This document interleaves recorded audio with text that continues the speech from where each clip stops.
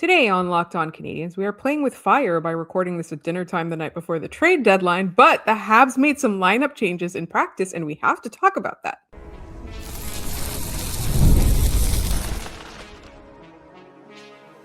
You are Locked On Canadiens, your daily podcast on the Montreal Canadiens.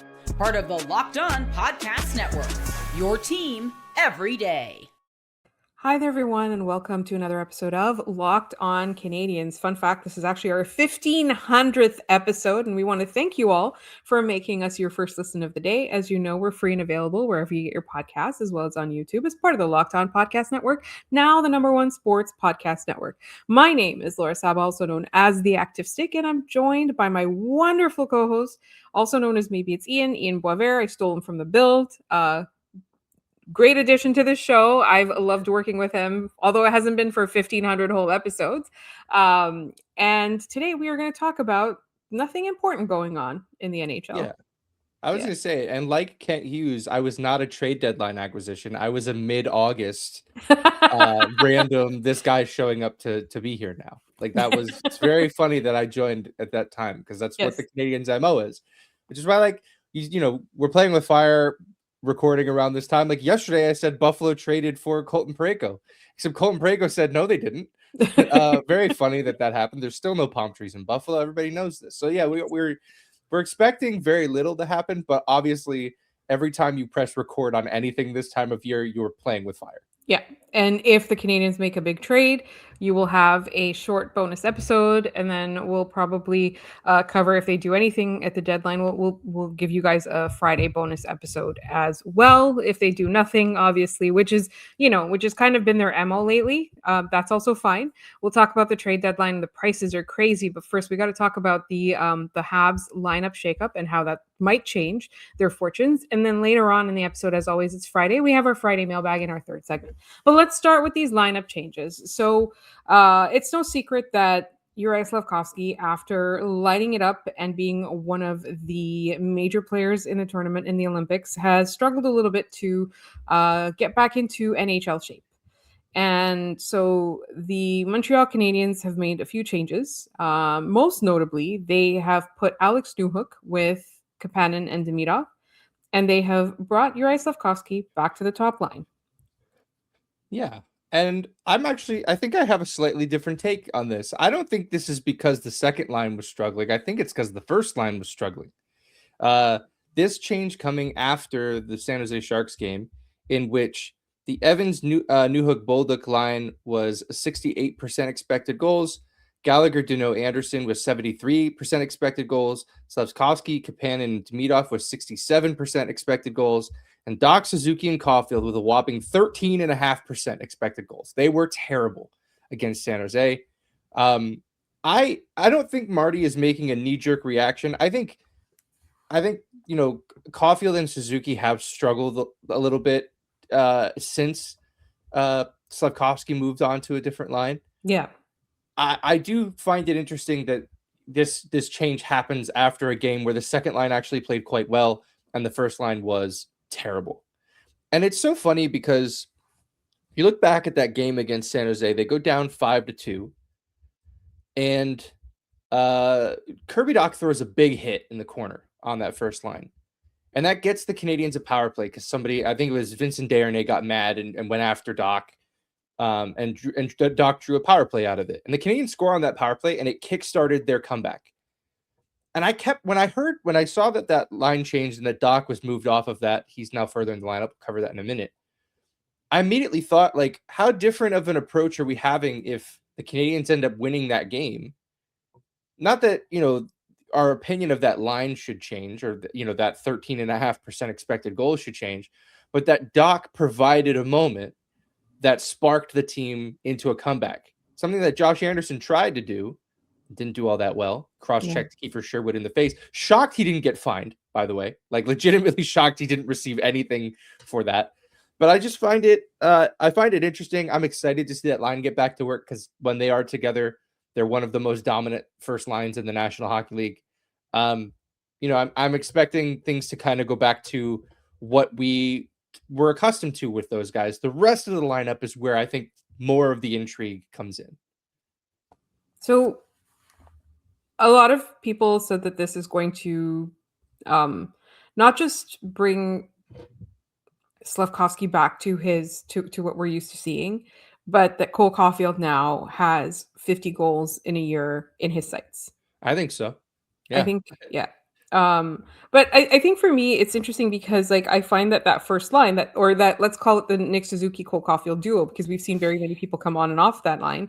Um, it has like it's very inconsistent. It has like games like the Washington Capitals game, and then it has games like the San Jose game. And Yeah. I think that the one consistent could be Slafkovsky, and I think that overall, Marty's just looking at this and going, "Well, like, we've got 22 games, 21 or 22 games? 22. 22 games left. We gotta win them. We gotta Yeah. win a lot of games." So, I think he's just looking at that and, like, trying to find the optimal, choice in that. So, what do you think of putting Newhook with Kapanen and Demidov? I think it gives them a speedy element, but I do think it takes a lot of physicality off that line. Yeah. I'm curious I'm curious how that line is going to try to play. I don't think, whereas the first line can afford to chip the puck in and have Slafkovsky get down low and go to work, and the third line can do that, and the fourth line can do that. I don't necessarily think that second line is going to be able to do that. They're going to need to play with possession of the puck. I think it's going to be get the puck to Newhook in the neutral zone, let him use his speed to either back up defenders or try to blow right by him and create space for his teammates that way. Size creates space, but so does speed, right? Speed comes in, it backs those guys up. All of a sudden, there's a lot of space in between those defenders and the blue line. I think that's going to be the goal on that line. We'll see how it plays out. But I've loved Newhook since he came back. Obviously, the 2 goals against San Jose, but he's had a lot of really great chances in the other games that he's played since he came back. So excited to see how this looks. I found it interesting that at practice, Kapanen was listed as the center, not the winger. It's going to be Newhook on the wing. But Kapanen has struggled in the faceoff dot as of late. You have the ability to now have Newhook for draws on the left side of the ice, especially in the offensive zone. Maybe it gives them the opportunity to start more shifts in the offensive zone, and maybe you don't feel like you're in as much trouble if you have to take a face off in the defensive zone, and you have to take it on Newhook's side of the ice. I think that provides a lot for them as well. Yeah. What about lower in the lineup? Yeah, so we go back to a line that I believe we saw not too long ago when Dach first came back. Evans, Bolduc, and Kirby Dach. That's going to be the complete opposite of that Newhook, Kapanen, Demidov line. Yeah. They're going to be crash and bang, get the puck in deep, put guys into the boards, try to win puck battles that way.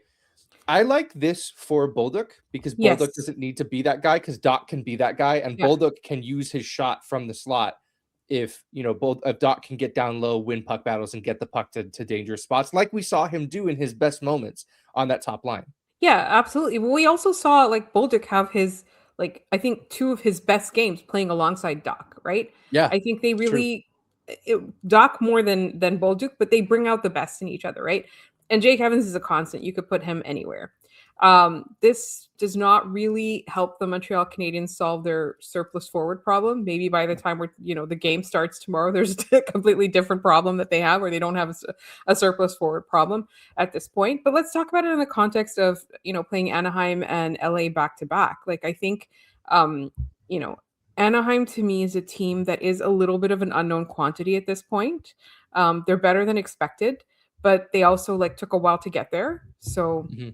There's a lot of players on Anaheim that are very physical, and they're very in your face. So I feel like having Slafkovsky on that top line really helps in that respect. I do think that the Anaheim game in particular, the Habs need to be playing elbows up. Yeah, I think that's true. I think, especially with Gudas skating around, don't love that. I think I wonder if they use the loss as an opportunity to put Xhekaj back in the lineup. I didn't see anybody posting about the defensive pairings from practice, so I think it's safe to assume we're going to see the same ones. But it would have been interesting to see Xhekaj go into that game to play a little bit more of a physical role, especially. I mean, I just remembered they have Trouba as well, like 2 guys that are just not really out there for respect of their opponent. They're just out there to put you into the wall. Yeah. Chris So Kreider. yeah, Kreider as well. Man, we're going to hate this game, huh? Yeah. It's not going to be fun. We don't like Anaheim. No, and it's fun. Like the Ducks are not a very good defensive hockey team. The Canadiens should be able to take advantage of that offensively. We'll see. That wasn't a problem against San Jose. The problem was cleaning up their own end. So I'm curious to see how they end up performing in that way. Yeah. All right. We will leave that there and talk about the astounding and scandalous trade deadline prices that are going on as we speak. And that's coming up in just a moment here on Locked On Canadiens. This episode is brought to you by Factor. Cold days, packed lunches, and big goals. That's winter. And when there's not a lot of time to cook, eating well can feel like another thing on the to-do list. That's where Factor comes in. Factor makes healthy eating easy with fully prepared meals designed by dietitians and crafted by chefs, so you can eat well without the planning, prepping, or cooking. I use Factor a lot because I'm trying to get a lot more protein in my diet as I try to, get healthier and all of that. And I find that Factor is great because I don't end up feeling hungry. And the ingredients stand out: lean proteins, colorful veggies, whole foods, and healthy fats. It helps fuel my workouts. It's really helping fuel me right now. And like I said, I never go hungry. And there's so much variety. They have 100 rotating meals each week. It never gets boring. They have options like high protein, which is my favorite, calorie smart, Mediterranean diet, GLP-1 support, and even the new Muscle Pro collection for strength and recovery. It's perfect for busy weeks when you still want meals that support your goals without stress. So head to factormeals.com/LockedOnNHL50 off and use code LockedOnNHL50 off to get 50% off and free breakfast for a year. I'll say that again. Head to factormeals.com/LockedOnNHL50 off and use code LockedOnNHL50 off to get 50% off and free breakfast for a year. New subscribers only, varies by plan. One free breakfast item per box for 1 year while your subscription is active. This episode is also brought to you by FanDuel. College basketball is nonstop. Big games, tight spreads, momentum swings every single night. From early tip-offs to late-night West Coast shootouts, there's always action on the board. And now FanDuel is giving you a way to turn that energy into even bigger potential wins with a college basketball parlay profit boost. You can build any college hoops parlay you want. Rivalry games, ranked matchups, whatever. You can mix spreads, totals, and player props to match how you see the slate playing out. Then you can apply the profit boost and instantly bump up the potential payout. Go safe, go bold, ride with the team you've been following all season. It's your parlay, your style, now with more upside behind it. Head to FanDuel.com to get started. That's FanDuel.com. FanDuel, play your game. As always, we want to thank you all for making us your first listen of the day. And today's the last day. It's a trade deadline promo. So join the Everydayer Club for ad-free audio, access to our group chat on Discord, and more. Use code DEADLINE ahead of the trade deadline for 1 month free. Join now at lockedoncanadiens.supercast.com or hit the link in the show notes. All right. It is trade deadline, as I just said. There's not a whole lot of movement as we expected. We talked about earlier in the year with cap going on up and so many teams that think they are buyers instead of sellers, so many teams on the bubble. We thought that it would be a pretty frenzied trade deadline, which is not to say interesting things aren't happening. Interesting things are almost happening, but the prices on the market seem insane to me. Yeah, that's part of it. I want to do a quick aside on the other part of this, which is that the NHL kneecapped itself by getting rid of the double retention at the deadline. I don't know who that problem. That was a solution in search of a problem. Like that, the fact that teams were retaining twice on a guy on the same day. Like, who cared? I don't understand why they drew the line there, and I think that happening like right before the Olympic break, that deadline made it impossible for people to do that. So I think the NHL, like, they've made their bed with this, that they don't really care for this sort of player movement. They don't care that their sport matters, it seems like.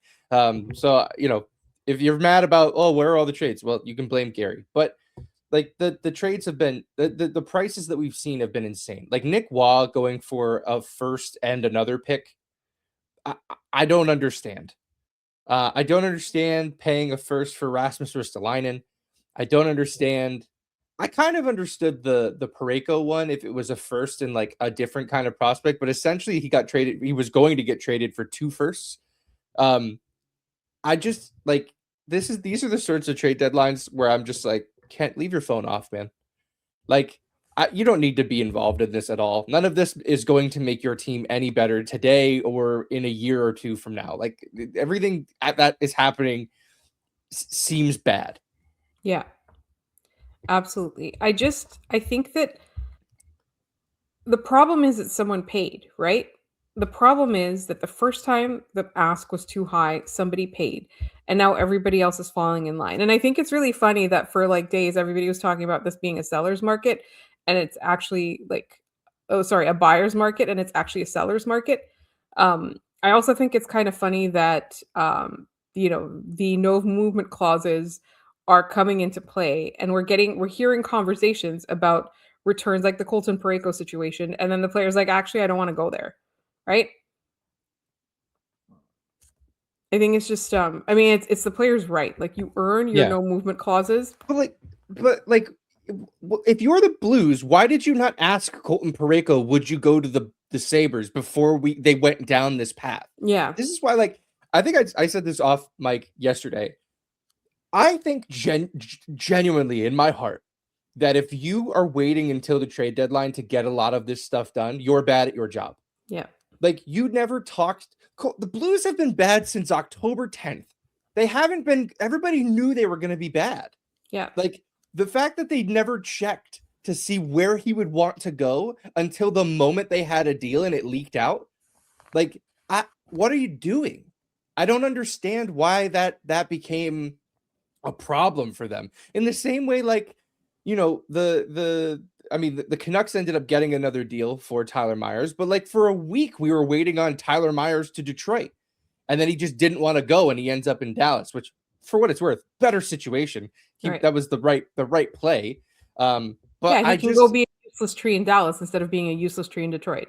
Yeah, he's got all those fins in front of him. You're not even going to remember that Tyler Myers could pass for finish. Yeah, I think you just need to. Yeah, they might need to change his name a little bit, add a few more vowels, but I think they could make that work. He could be their new Finn. I really like. I have a hard time with the trade deadline because every trade is like, oh, that's a mistake. Oh, that's not good value at all. Oh, why are you doing that? Like every single one of these, I'm just like, I'm trying to make sense of what's happening, and I can't do it. We're gonna come back on Monday with like a winners and losers of the trade deadline, and then also recap 2 Canadiens games. It's gonna be a crazy episode on Monday. Yeah. But like, they're all losers. Like if you're buying a rental or really anything with like a year left and you're spending massive price, you're going to lose. You're not going to like what you end up with at this trade deadline. Yes, and I think like I do think that, for example, for Buffalo, like it is worth it for them to explore the market, because I don't think anyone expected them to be good, and all of a sudden they're world beaters, right? That's a situation where it's like, okay, now it's like, let's see how much further we can go, or how much more we can bolster this lineup, right? I also, to a certain extent, if there were goaltending options available to the Montreal Canadiens, I would understand that, because these are 2 goaltenders that, given their play last year, nobody expected for them to be question marks. And I know Jakub Dobeš has been strong a lot, but at the end of the day, like, he's not their long-term solution, and they have one coming a year, 2 years from now, right? So, like, I would understand if the Montreal Canadiens were looking for a 1-year goaltender, right, after the things played out early this season. But at the end of the day, like, there are very few players that are available that are going to push you over the edge for this postseason, and that there are very few players that are available right now that maybe won't be that are also not going to be available. There are very few players that are available right now that you also can't expect to be available in the summer for maybe a more favorable situation. Right. And there might be players who become available in the summer who aren't available right now. Yeah, exactly. I would poach anything off of the New Jersey Devils at this point. Like, who knows who's going to be their general manager? There's a lot of teams in complete turmoil right now who they won't know what they're going to be at the draft. Brian Burke says it there's 2 days of the year where all of the mistakes are made. It's trade deadline and free agency. Well, Friday's half of the mistakes that you'll see this year. Like it is a lot of people who are under the gun trying to improve their team and make and in a lot of cases save their jobs.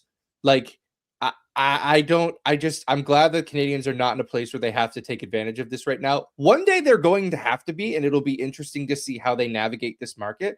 But short of like trading Line, which they don't even really have to do, they'd like to. They don't have to. Like they don't have to do anything. They can wait. They're not supposed to win the cup this year. I hate to break it to folks. It'd be cool if they did. It'd be really cool. But they don't have to mortgage anything to get there. Exactly. All right. Speaking of that, we do have actually a mailbag question about a New Jersey Devil that maybe the Canadiens might want to be interested in. So our Friday mailbag is coming up next. This episode is also brought to you by Indeed. Workplace chaos, deadline stacking up, inbox overflowing, and the one position you have to fill still sitting open. When the pressure's on and you need the right hire, this is a job for sponsored jobs. Indeed Sponsored Jobs helps you reach the people who actually fit what you're looking for. Skills, experience, location. So you're not just hoping the right candidate stumbles across your post. And here's a stat that says it all. In the minute I've been talking to you, companies like yours made 27 hires on Indeed, including to Indeed data worldwide. So if you're hiring, spend less time searching and more time interviewing candidates who check all your boxes with Indeed Sponsored Jobs. Spend less time searching and more time actually interviewing candidates who check all your boxes, less stress, less time, more results. When you need the right person to cut through the chaos, this is a job for Indeed Sponsored Jobs. And listeners of this show will get a $75 sponsored job credit to help you get your job the premium status it deserves at Indeed.com/podcast. Just go to Indeed.com/podcast right now and support our show by saying you heard about Indeed on this podcast. Indeed.com/podcast. Terms and conditions apply. Need to hire? This is a job for Indeed Sponsored Jobs. So it is time for our Friday mailbag, but we will remind you that we do have a contest going on. We have 2 signed pictures to give away when we hit 5,000 YouTube subscribers. So all you need to do is subscribe to our show on Locked On Canadiens on YouTube and then leave a comment saying contest entry on the YouTube, and you'll be entered to win these 2 pictures. Who are they of? They are of the Power Horse Josh Anderson and Arbor Jack guy, who I know is a fan favorite. Hopefully he's still here by the time by the time that picture is awarded. But either way, it's a nice photo to have. It's a great player. He's a handsome looking guy. Both of them are. Yes. So anyways, so Ian, this is Ian giving away his memorabilia to our listeners who we love so much. So make sure you are subscribed to us on YouTube and that you leave a comment on any of our videos saying contest entry. We will enter you into the contest. All right. It is Friday mailbag time. So I'd like to start with a question we got last week, actually, from our good friend Richard the Architect. And Richard was curious as to what our thoughts are on trying to get Matty Beniers out of Seattle. Yeah. What is Seattle? Like, what is the Kraken? I don't really understand what that team. We don't get to watch them a lot, obviously, but like you look at just their roster build, you look at where they are in the standings. I think they're a playoff adjacent team, if not an actual playoff team. I mean, they're a good time. It seems like it's a really fun time to go to those games. Like their games seem really, really fun. They are exactly where you'd think they'd be. They're in the second wild card spot. They are 3 points up on San Jose, but San Jose has 2 games in hand. That is like, if I were to like just throw a dart at a wall and be like, that's where it would have ended up. Like that makes the most sense. I don't really know that Matty Beniers is a great hockey player. I don't know that like it moves the needle much for what the Canadiens are trying to do. Like, it would be fun to potentially have a line of like Beniers, Kapanen, Demidov, but like, he's not particularly big. He's an average sized NHL player. The Canadiens know they want to add more size, especially to their top 6, which is a pretty small top 6. It's why the idea of having Kirby Dach play on the wing on the top line was so alluring. Mm-hmm. And I think he cost a ton. I don't think that the Kraken are looking to move on from that player in the same way that they might be looking to move on from Shane Wright. They're trying to add offense. That's why they're trying to trade Shane Wright, is to get a bona fide top 6 forward. So it'll be interesting to see what happens in Seattle. I don't necessarily know that there's a fit there. Yeah, agreed. Jalen asks us what we think of the idea of going to New Jersey for Simon Nemec. Yeah, similar sort of concept here. New Jersey's a team I just said that I would be calling up this summer based on where they end up this year.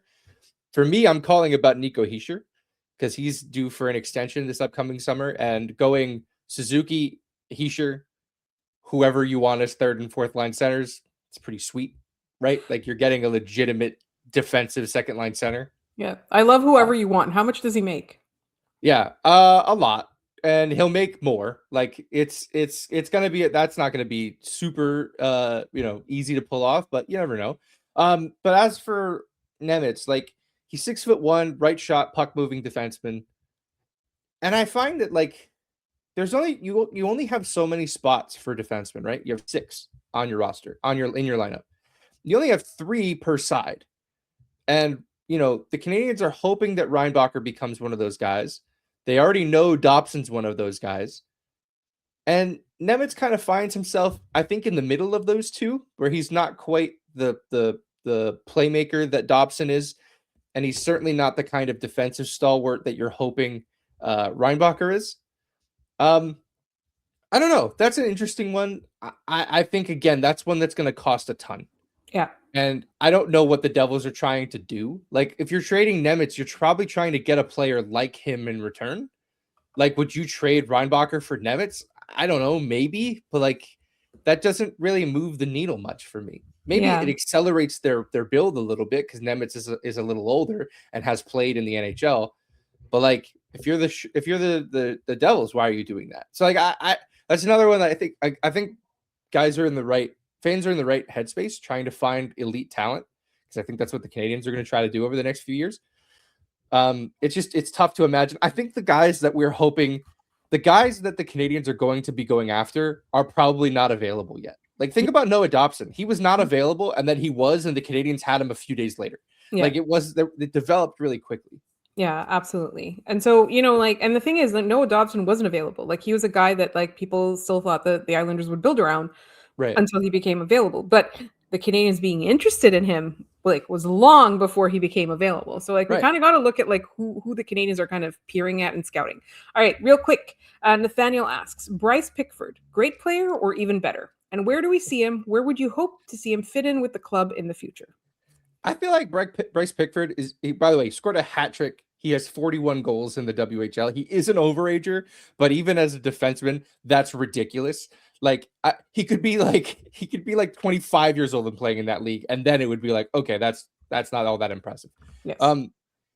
I feel like he's either going to be Mike Green or not playing in the NHL. Like those either this translates directly to an NHL game and he's just scoring at a crazy rate, or it doesn't translate at all, and that's not part of that part of his game that's made him so successful doesn't translate, and then he's probably just an American Hockey League player. Still a great pickup for the Canadiens if that's what he ends up being, but that's sort of where I'm at with him. Mike Green would be a great outcome for this guy, by the way. Like that's a mid-round draft pick. That would be really fun.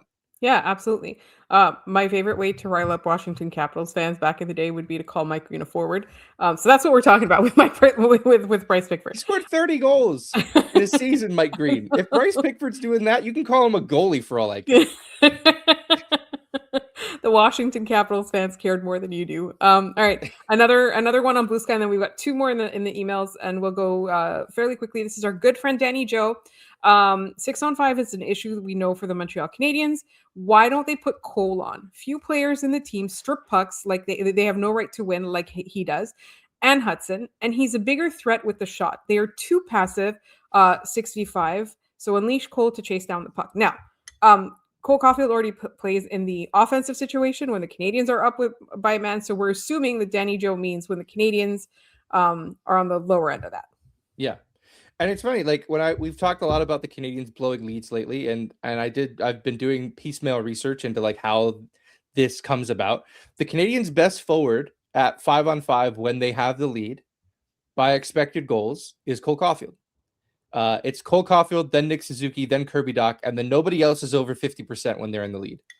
On defense, their best defenseman at 5-on-5 when they are leading in expected goals is Lane Hudson. He's at like 48 point something, which is not great because that means none of the defensemen are over 50%, but those are your best guys when you have the lead. So, I'm are they the best to put in that situation? I don't know, but I certainly would like to see it because what they're doing now isn't working. Like, we've seen enough at this point to know that what they're trying hasn't really, developed into something that they can use. I'm curious to see if they try anything new. I'd be shocked if Caufield's out there. Maybe Hudson ends up out there. Yeah. But you know what? You should try if nothing else is working. Try something. All right. This comes from Spencer. Hey, Ian and Lauren, thank you, JD. JD, we had an episode, a pajama party with JD of Locked On Sharks. It was really fun, so check it out. I've been thinking a lot about all the talk about Robert Thomas. And even though I do agree we don't need another Suzuki in the lineup, we've been forgetting that other players exist. I can't say I know what Kent Hughes and the Canadiens will do at the deadline. I think they should still consider other players that could help in the lineup now and for the next couple of years as we still wait for Hage, Reinbacher, Fowler, and Jarofsky to develop. While everyone is discussing Thomas, I'm still thinking about Jordan Kyrou, especially since you've said multiple times, Ian, that a top or middle six winger would be more valuable to the Habs right now than a 2C. A 2C can still be seen as a need, just not as much of one as last year or at the start of this season. I'm also thinking about Ryan O'Reilly, too, being more valuable to the Habs than Thomas would be. With that said, out of the following list, Ian, put your rumor roundup hat on. Which of the following could you see the Habs trading for at the deadline and a realistic option for the Habs to pursue out of defensemen who could solve the hole that Struble and Xhekaj are struggling to cement? There's Mario Ferraro from San Jose, Emil Andre from Philadelphia, Jamie Oleksiak from Seattle, Pavel Mintyukov from Anaheim, and Braden Schneider from the Rangers. Also, there's Dougie Hamilton, Justin Falk of the Blues, and Tyler Myers are long shots, but of the five above, I think there's something to be said about Kent Hughes trying to acquire one of those guys. What do you think? So I like Mintyukov out of Anaheim. I like Schneider out of New York as well. Yeah. Schneider might be able to become like sort of a more discount option at the deadline, and which is why the Rangers might just want to hold on to him. He's got time left on his deal, but like with Parayko still being available, Ristolainen being available, like there are bigger names out there that'll probably end up coming around. I do want to circle back on the Kyrou thing. Like I find it funny that it was like the whole offseason and into the beginning of this season, it's like Kyrou's going to get traded. Kyrou, everybody's talking Kyrou, and now nobody's talking about Kyrou, and it's all Robert Thomas. Everyone's getting Robert Thomas. I think I'm going to say something controversial. The St. Louis Blues should shut up. I think the St. Louis Blues talk way too much, and they should all just shut up. I'm kind of tired of every year there's like a main character when it comes to the trade deadline, and it's them right now. The St. Louis Blues just will not shut up. That's so good. The main character energy. JB Alexiak, too old. Sorry. Yeah, I like when I heard that name, I was like, I thought he was done. I thought he stopped playing hockey. No, he's definitely in Seattle. I know that. All right. Good friend Jay, longtime listener of the show. Laura, Ian, are these trade prices for real? Question mark, exclamation mark, question mark, exclamation mark. Looking at the cost of acquiring players this deadline, I'm hoping Montreal just holds and waits till the offseason to make any more moves. Kind of to your point during yesterday's episode, I don't think there are any players available out there that would make the Habs immediately better and solve any of the issues they currently have, which is not hanging on to leads. If Montreal were in a position to make a serious run at the Stanley Cup final, like a Dallas, Colorado, or Tampa Bay, then I could see them making a bold move. I just don't think it's worth selling off loads of capital this season when they still have bigger problems to solve and to solidify for the team in the long term. What are your thoughts? Yeah, I think I'm agree. In full agreement. Yeah, I think we spent the second segment of the show basically agreeing with that it's not the right time.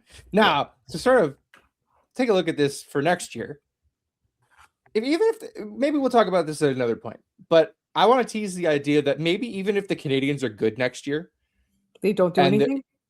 No, maybe you sell and still win. Like maybe you sell a Phil Deneau at the deadline next year if you have a better option internally. Maybe you sell a Josh Anderson. Maybe you sell, I know it's sacrilege, a Brendan Gallagher at the deadline next year. Like if you have those options available and at these prices, you could sort of restock the cupboards to take an even bigger swing at an elite player later on. Like, I don't know. I kind of feel like that's not a bad place for the Canadiens to be in. I agree with you there. All right. When you first brought this up, I thought you were crazy. But I'm warming to the idea. And maybe it's something we talk about in the off season. Yeah. It's still a ways away. All right, let's do our trivia and end the episode. So a reminder that this week's trivia is all about Black History Month because we missed a few days last month. So we wanted to make sure we got all the questions. And yesterday's question was a follow that player. It was Florida Panthers, Vancouver Canucks, New York Islanders, Tampa Bay Lightning, Carolina Hurricanes, New York Rangers, and New Jersey Devils. Ian, do you know who I'm talking about? It is one NHL insider, Kevin Weeks. Yes, it is Kevin Weeks. And I do have to apologize because the day before it was Anson Carter and Mark Couturier got the answer right. However, he messaged us after we had already started recording. So I do want to shout him out for getting Anson Carter right. But for Kevin Weeks, it was, as always, Free Square, Valkyrie NS that got the question right. And today's question is, I want to make sure I phrase this carefully. So this player never played in the NHL, but was inducted to Canada Sports Hall of Fame, the Ontario Sports Hall of Fame, and the Hockey Hall of Fame. So once again, this player never played in the NHL, but was inducted to Canada Sports Hall of Fame, the Ontario Sports Hall of Fame, and the Hockey Hall of Fame. Again, in keeping with our Black History Month theme. That's our trivia. So make sure you send us your questions or your answers or your guesses any way you know how. In the meantime, we do want to thank you all for listening to Locked On Canadiens today. We really honestly, we appreciate you guys so much. And our next show will be Monday. We'll talk about the winners and the losers at the trade deadline. We're also going to talk about the 2 games the Canadiens are playing back to back this weekend. So make sure you're subscribed to and that you follow Locked On Canadiens so that you get all the latest episodes. You'll find us all over social media, Locked On Canadiens on TikTok, Instagram, and Blue Sky. My co-host is at Maybe It's Ian. I'm at The Active Stick. And if you never miss an episode, the Everydayer Club is built for you. Get Locked On Canadiens ad-free, plus members only Discord access and more. Head to lockedoncanadiens.supercast.com to join the club. And remember, the code is deadline, and we are at the deadline to use that code for 1 month free. For those of you who are on video, we're going to send you to the first ever 24/7 National Locked On Podcast Network YouTube channel. And on audio, make sure your second listen of the day is NHL Game Night on a Locked On NHL. They cover every game, every night. And sometimes you'll find us on there as well. We want to thank you all so much for listening to us today. And we will see you all on Monday, unless there's a trade, in which case you'll get a bonus episode.